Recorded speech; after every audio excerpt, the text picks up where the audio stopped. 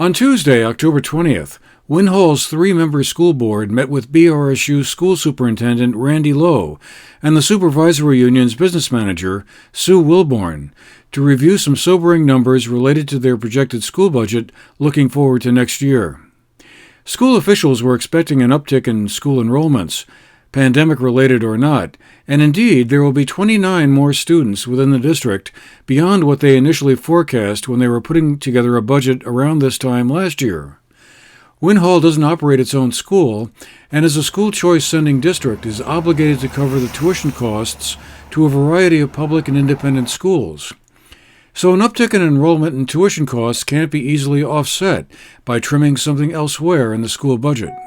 It's still early, and many numbers aren't finalized yet that could impact the final shape of the eventual school budget. Sue Wilborn, the BRSU's business manager, presented 5 possible scenarios, varying on where the district looked to for additional sources of funding, which include taking out a 3-year, low-interest bank loan, accessing COVID relief fund revenue, which could bring in up to $178,000, or dipping into reserve funds.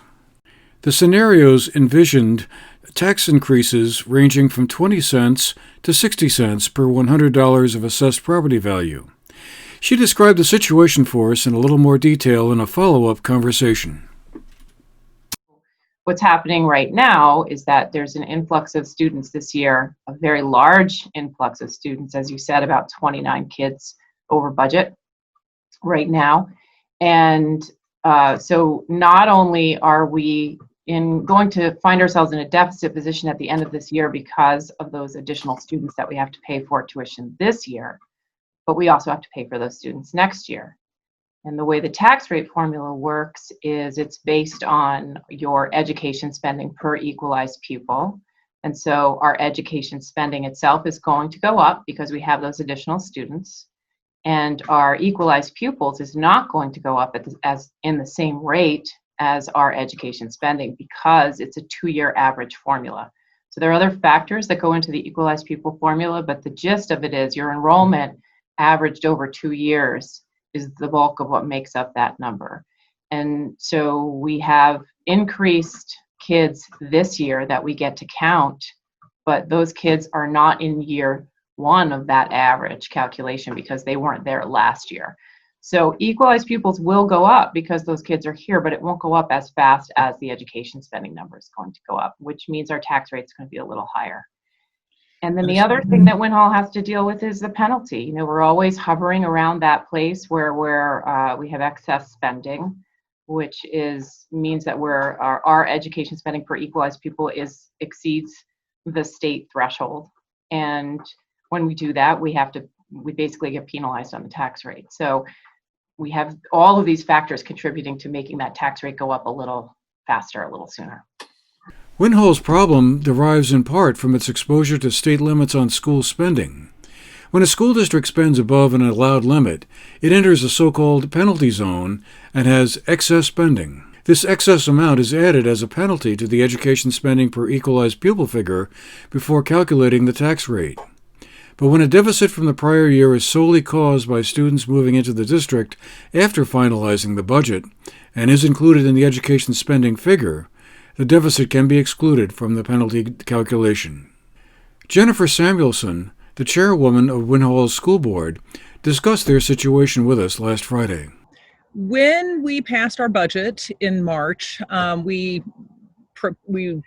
anticipated 15 ghost students. And if I'm doing the math properly, I think we have 44, that showed up. So we are over budget by 29 kids that we did not anticipate.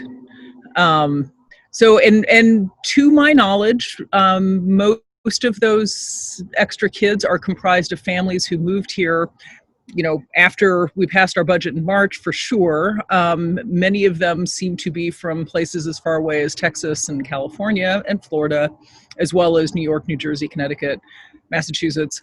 And it does appear that they have come here in response to the pandemic. So it sounds like you have 3 main routes that you can take to kind of avoid the worst case scenarios or whatever.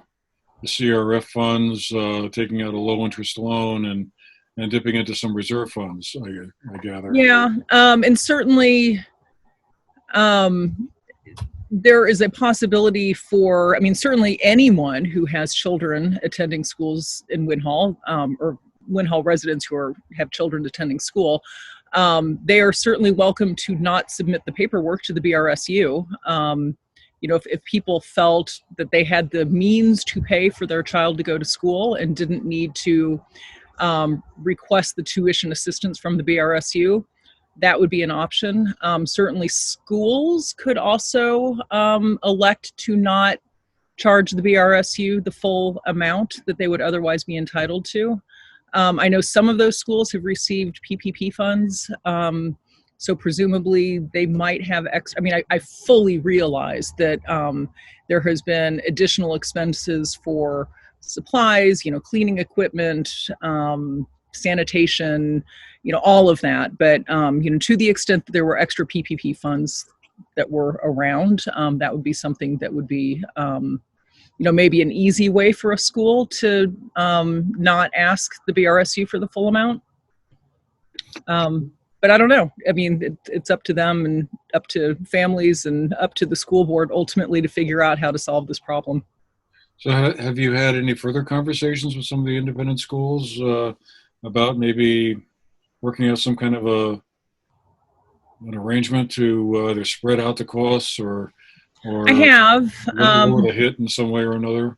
Yeah. And I think, the best thing I can say is that they're in process to varying degrees. So I don't have an answer on that. Mm-hmm.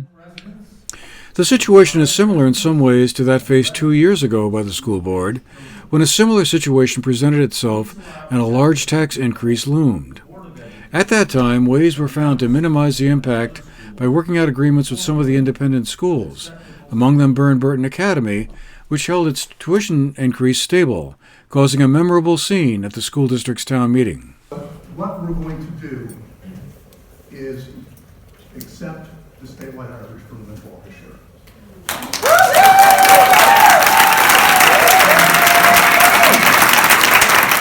And even though the real estate market is hot right now in Winhall, the increased number of sales and the revenue from that is a separate pot of money from that which comes from the state's education fund. So the two pieces, the property values and the school district tax rate, don't offset each other. For the GNAT-TV News Project, I'm Andrew McKeever.